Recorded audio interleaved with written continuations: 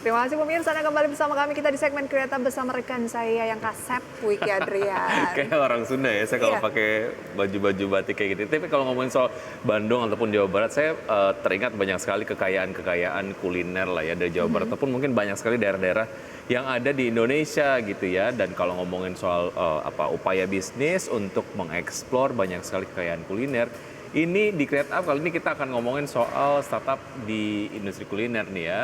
Kita akan bahas mengenai gurihnya cuan startup kuliner. Sudah tersambung melalui video conference ada Mas Erwin Ongkowijoyo, beliau adalah co-founder dan juga CEO dari Wani Group. Selamat pagi Mas Erwin. Selamat pagi. Apa kabar Halo, Mas? apa kabar? Baik, baik, baik. Baik, terima kasih sudah bergabung bersama kami di Create Up. Mas Erwin, langsung Thank you. saja, apa sih yang membuat sektor kuliner ini menarik untuk Anda geluti? Sebenarnya kalau sektor kuliner ya balik lagi ya, karena itu kan kebutuhan pokok ya. Itu nggak akan pernah berhenti sih. Kita di sini selalu makan, selalu ada banyak macam makanan. Itu pun aja Indonesian food banyak banget kan.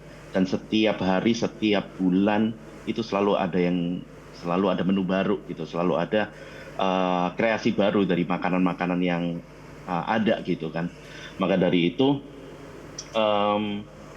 basically sebenarnya kita nggak akan pernah ada habisnya sih kalau untuk kuliner ya gitu. Dan kita semua setiap hari aja butuh makanan gitu. Jadi selama produk itu kita bisa jaga kualitinya, saya rasa nggak akan pernah ada habisnya sih gitu. Oke, dari Wani Group kita lihat ya visual gambar yang tayang di layar ini enak-enak banget nih Wiki. Boleh tahu jenis-jenis makanannya tuh apa saja? Sebenarnya Wani Bumbu ini kalau secara holding kan Wani Group ya, kita punya satu lini brand yaitu Wani Bumbu.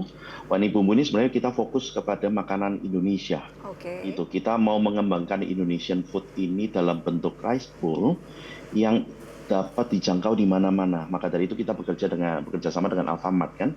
Nah, Indonesian food yang kita mau tegaskan adalah setiap daerah itu harus ada satu ciri khas makanan yang itu harus kita explore, kita expose untuk ke masyarakat gitu. Salah satunya menu yang akan datang nanti adalah cakalang. Bayangkan aja, Wow. cakalang ada di Alfamart Rice bowl. gitu. Oke. Mas, apa sih yang membuat Anda percaya diri untuk terjun ke industri yang persaingannya ini ketat sekali gitu? Sebenarnya kalau persaingan ketat itu saya melihat emang iya benar, tetapi yang saya lihat adalah semakin ketat persaingan berarti semakin banyak bisnis model yang kita bisa garap, yang kita bisa explore gitu kan. Nah, maka dari itu ditambah Wani Group sendiri ini bergeraknya di bidang makanan Nusantara. Dan yang mana pasti orang-orang Indonesia itu pasti suka gitu kan. Jadi nggak sulit untuk memperkenalkan, tetapi kita harus tahu cara komunikasinya, bagaimana mengenalkan ini kepada masyarakat gitu. Kalau rasa, ya saya boleh bilang enak lah ya pasti gitu. Tapi saya yakin bahwa apapun yang kita bikin, kita create itu kita mengedepankan kualitas, terus teknologi pangannya kita juga pakai supaya orang-orang juga tetap bisa makan ini nggak khawatir gitu. Walaupun ada banyak di minimarket, tetapi mereka pun juga nggak khawatir apakah ini enak nggak, dan pasti ini kita mereka bisa terima gitu. Apa yang membuat Wani Group berbeda dengan startup food tech lain? Kalau kita sendiri kita punya value ya, kita punya value produk kita yang bisa membawa perusahaan ini kita stabil gitu. Sedangkan proses produksinya pun kita bekerja sama dengan beberapa startup juga gitu. Jadi kita nggak cuma sendiri, kita bekerja dengan beberapa startup yang mana yang sudah bergerak di bidang produksi yang sudah cukup lama, sehingga kualitas, konsistensi semua itu pasti terjaga gitu. Yang sekarang apalagi kita yang menjadi unik di Wani Bumbu adalah kita bekerja sama dengan Alfamart gitu. Kita bekerja sama dengan Alfamart yang sekarang kita udah ada di 200 outlet yang berkembang nanti menuju ke 400 sampai 500 outlet pada akhir tahun. Seperti itu. Artinya memang secara distribusi memang sudah cukup luas begitu ya. Nah, ini Diskusi gimana sih? emang juga cukup Baik. luas. Terkait dengan distribusi produk kuliner melalui retail modern, ini kan tentu saja harus melalui berbagai macam kualifikasi ataupun mungkin penyaringan ataupun mungkin screening lah ya. Nah, waktu itu prosesnya gimana sih Mas? Sehingga kemudian oke, ada satu kesepakatan bahwa secara distribusi akan didistribusikan ke ratusan outlet dari si retail modern ini. Oke, sebenarnya kita sih kenapa sih saya milih untuk retail modern gitu kan? Karena kita pelajarin selama pandemi kemarin, yang kita tahu banyak industri F&B itu kayak gulung tikar, terus kayak buka tutup kan. Dan itu bergantung dengan operasional pusat perbelanjaan juga, apalagi kayak di mall-mall semua dan lain-lain. Maka saat pandemi pun tempat yang boleh buka kan cuma sedikit ya. Dan maka dari itu salah satu yang saya lihat bahwa di era pandemi kemarin yang tidak boleh tutup itu adalah salah satunya minimarket gitu. Maka dari itu kita mencoba untuk bekerja sama sebagai mitra distributor untuk di minimarket, salah satunya di Alfamart. Selain itu ya karena kita lihat bahwa minimarket itu nggak akan pernah ada habisnya walaupun era online itu selalu ada dan selalu involve ya di dalam kehidupan kita sehari-hari. Tetapi balik lagi masyarakat yang ingin punya ada keberadaan untuk datang itu jauh lebih banyak juga dibandingin dengan yang online. Itu Susah walaupun Mas untuk bisa masuk dan juga bekerja sama dengan retail modern karena kan memang secara value ini akan menjadi sebuah chance yang sangat-sangat besar, distribusinya akan sangat luas sekali gitu. Tapi kan pasti persyaratan mereka ketat sekali. Nah itu susah nggak? Mungkin Anda bisa cerita. sebenarnya kalau untuk persyaratan sebenarnya sih enggak ya, tapi yang pasti persyaratan lebih tepatnya itu harus ada standarisasi ya seperti kayak BPOM, halal dan lain-lain itu harus sudah ada gitu. Dan apalagi yang dibutuhkan adalah ketika mau bekerja sama dengan jaringan distribusi seperti yang retail modern itu harus ada benar-benar visi ke depannya mau seperti apa gitu. Apakah tidak hanya cuma produk ya udah cuma produk ini aja enggak, tapi harus benar-benar visinya mau kemana, end game-nya mau kemana gitu kan. Jadi benar-benar itu harus di bisnis plan-nya harus jelas gitu, end game-nya kemana gitu. Jadi nggak cuma sekedar bikin bisnis tapi endless gitu. Ya. Itu aja.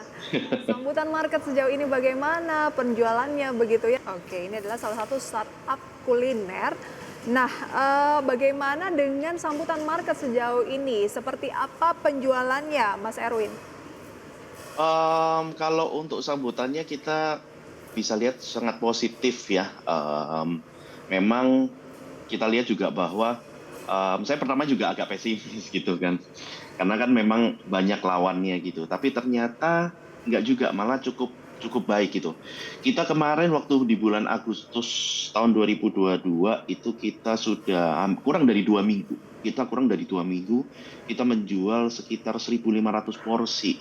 Itu kurang dari waktu ya kurang 2 mingguan lah gitu, sampai pada akhirnya sampai di bulan Desember total kita sudah menjual sekitar 12.000 porsi gitu untuk melalui yang hanya di channel retail modern saja, belum yang termasuk offline-nya, belum yang termasuk yang B2B dan lain-lain gitu. Oke, artinya juga ini memang sambutan dari masyarakat sendiri sudah cukup baik begitu ya terkait dengan Sangat baik. Wani Bumbu sendiri.